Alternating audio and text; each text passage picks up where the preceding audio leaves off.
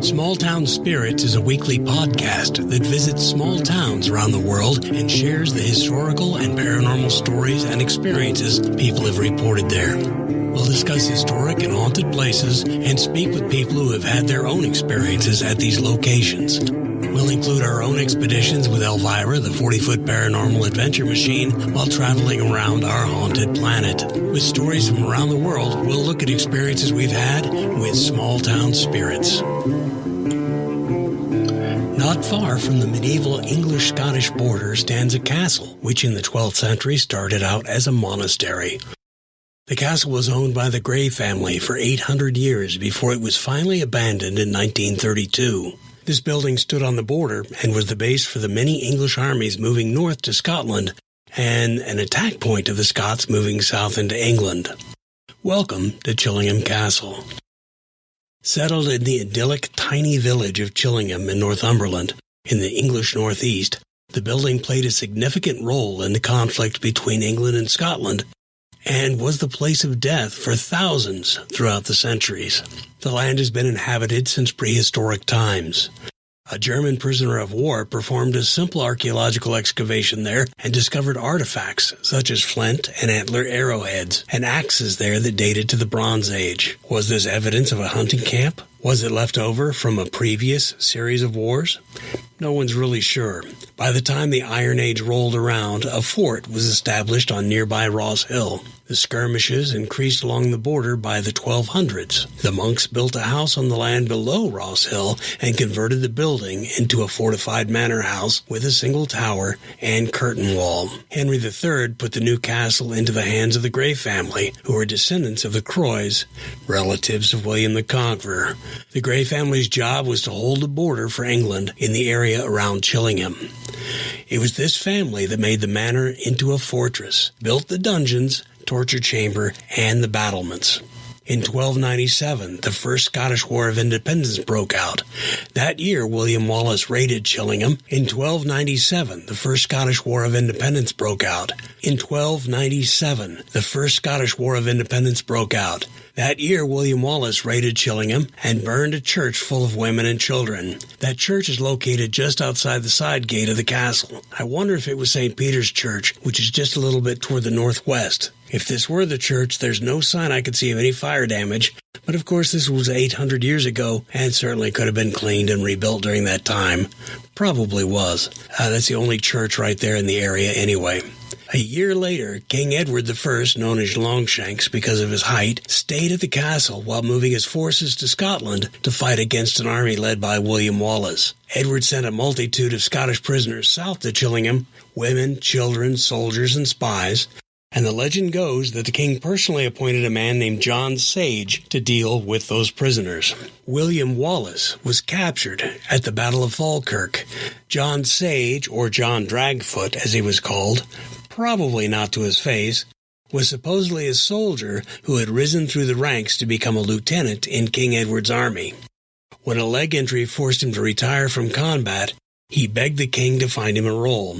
So the story goes Edward had him appointed the torturer at Chillingham Castle. Sage was a sadist and hated the Scots. Over the 3 years of war, he reputedly tortured some 50 prisoners a week, and when the war ended, Sage burnt the remaining adult prisoners alive on the grounds of the castle while their children watched from what is known as the Edward Room or the Killing Room.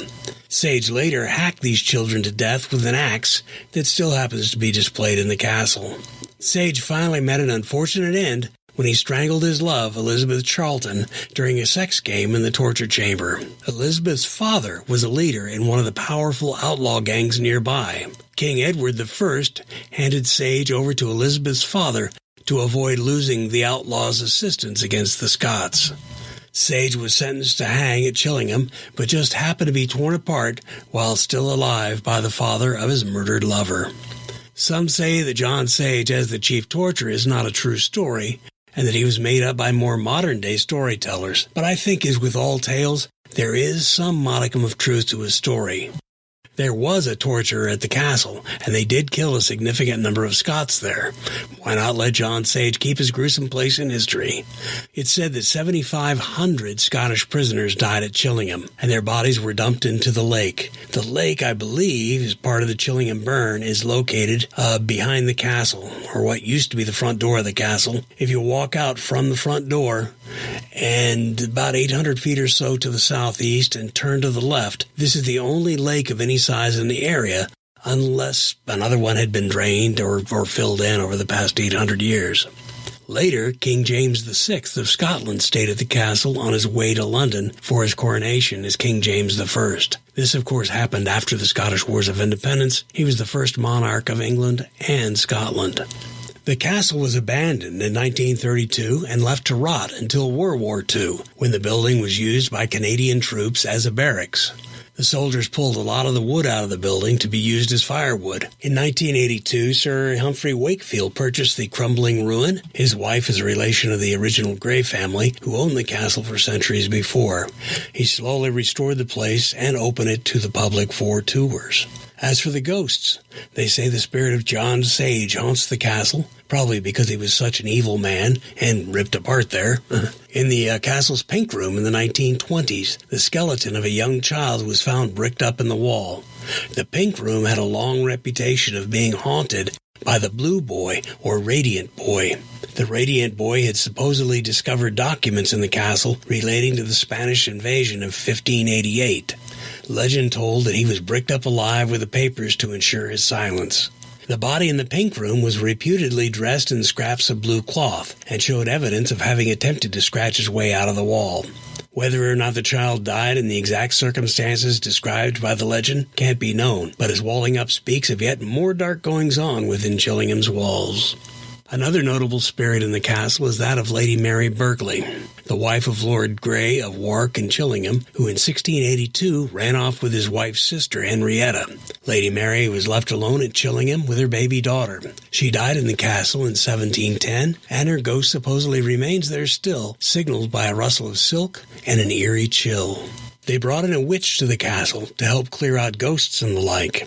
She may have done that, as with the supposed 7,500 deaths, there are bound to be a few other ghosts wandering around. It seems that she also wanted to protect the castle from thieves, or those she perceived as thieves anyway. The witch is said to have cursed anyone that steals or takes anything uninvited from the castle. Her portrait hangs above an old cabinet in the still room. Under her picture are letters from people apologizing for taking things from the castle and the returned items. Apparently, the people have a string of bad luck until the item is returned. One young lady had the clutch cable in her car break before they even got to the main road, leaving from the castle, for taking the complimentary soaps from the room they'd stayed in the night before. Some staff helped fix the cable, and she returned the soap to the room. Again, how true are the stories of Chillingham? Did John Dragfoot really exist? Was he the chief torturer at Chillingham? Has all this been made up by the current owners to add a little bit to the desire of most haunted castle in England? I spent a stormy day at Chillingham a few years ago. I was planning a trip to Wales, hoping to explore the countryside and have a peaceful couple of weeks just wandering, when my brother called to tell me that he and his wife were going to Scotland. They invited me to join them for a week. Then they would head up north toward Wick for a little bit of alone time, leaving me with a week to explore whatever I wanted to, wherever I wanted to go. So I took them up on their offer, flew into London Heathrow, and took a train to King's Cross, then off I went to Aberdeen. It was a beautiful train ride of about 7 hours. Gave me time to see the countryside, sleep a little bit, talk to people, and have a good time. In Aberdeen, I got to my hotel, went out for a pint or two, and explored the whole next day. I then took a train to Dunblane, where I met my brother and his wife at the Hydro. We walked through Stirling Castle and the Wallace Monument, and drove to Balliter in the Cairngorms National Park. We spent the rest of the week hiking Lochnagar Mountain, touring Braemar and Balmoral, and even driving up to Glenshee to have a look. Absolutely beautiful everywhere that we went. At the end of that first week, they dropped me off at my hotel in Inverness, the Corrigarth. Great place, by the way. I explored Inverness, Loch Ness, Drumnadrocket, Urquhart Castle, and several pubs there, and then headed south to Alnwick, England. I wanted to see Alnwick and Bamborough Castles. I knew that Chillingham was somewhere in Northumberland, but I wasn't exactly sure where it was and how far it was from Alnwick. so a little bit of exploration told me it was a half hour up the road by bus. Heck, no problem. Less than 10 miles away from Anik, and the bus ran right by the front and rear gates. 3 castles in as many days, and all of them on my bucket list. Wasn't a bad trip. The next morning I got up, went to the breakfast room at the Oaks Hotel in Anik, where I usually stay, and then had a full English breakfast there. Now, most castles and tourist attractions open about 10 a.m. or earlier. That's my experience in England and Scotland all the way through. So I figured Chillingham wouldn't be any different. This was day 12 of my excursion, and I hadn't seen a single drop of rain the whole time. Blue skies, beautiful weather the whole time. Until I wanted to go to Chillingham. It drizzled for the mile or so it took me to get to the bus station downtown. And when I got on the bus, headed just under 30 minutes north, the rain gained in intensity until it looked like sheets of rain were falling from the sky. The front gates of the castle were closed, so the driver kept going until we reached the back road or the back gate there. He asked me if I really was going to get off the bus in the rain the way it was, and I said I had to get on to Edinburgh the next day, and then to Dunadder Castle and Stonehaven after that, and I kind of needed to get out of Dice in just a day or two. Dice Airport up by Aberdeen. It would possibly be my only time to see the castle, so I just had to do it. I mean, really. The driver wished me luck and opened the door. I stepped out into a torrential rainstorm. Soaked from head to toe after just 3 or 4 steps, I sloshed my way up the road. Less than half a mile up, I walked into the front gates of the castle courtyard. They stood open, so I stood under the arch, not being rained on for a little bit, happily, looking for a ticket booth, shop, or something. The place looked deserted. So I got kind of tired of standing there. There weren't any benches or anything, so it was getting a little bit chilly. So I walked across the courtyard, sat on some steps just to the left of the center staircase that leads up into the Great Hall area. I sat there drenched and cold for a little while, reading a book on my phone, waiting for somebody to appear. Eventually, a lady walked across the courtyard. I said, "Excuse me," and she about jumped out of her skin. After about a moment, she gathered herself and said, hello? "What time does the castle open this morning?" I asked. She replied, 12 o'clock. "You look wet." I said, "Yes, thanks for noticing." She smiled and told me that as soon as the kitchen staff arrived, they'd come and retrieve me from the steps and take me down to the tea room. It was about 11:15 or so now. Ugh. So, not long after that, it was my turn to leap out of my skin as the same lady I had startled earlier intended on getting even with me by quickly pulling the heavy chain through a hole in the door so that she could open it and unlock it. The noise was no further than about 2 feet behind me. She laughed and asked me to follow her into the tea room.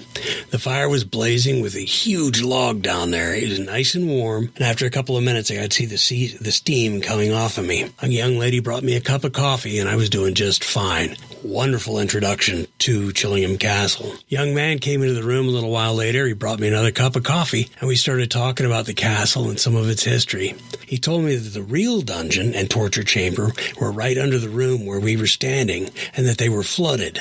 The story goes, and I'm not too sure of its veracity, that Sir Humphrey, the owner, had the dungeon pumped out so it could be looked at. The torture chamber equipment was all still there, and it was in great shape, even after a few hundred years under the water. Photos were taken of everything in the room and allowed to fill with water again. A suitable tribute of all who died there, I guess. The castle itself is really quite amazing. A monastery turned old manor house turned fortified castle. It's chock full of family heirlooms, things that were picked up through years of travel, and exciting curios packed into every corner. Go up to Edward I's room in the tower and look at the beautiful garden from the window installed just for his visit 800 years ago. Small Town Spirits Podcast is brought to you by Pacific Coast Paranormal Investigations. It can be found at Apple Podcasts, Google Podcasts, iHeartRadio, Spotify, Deezer, and many other podcast sites. Also, smalltownspirits.com and facebook.com/smalltownspiritspodcast.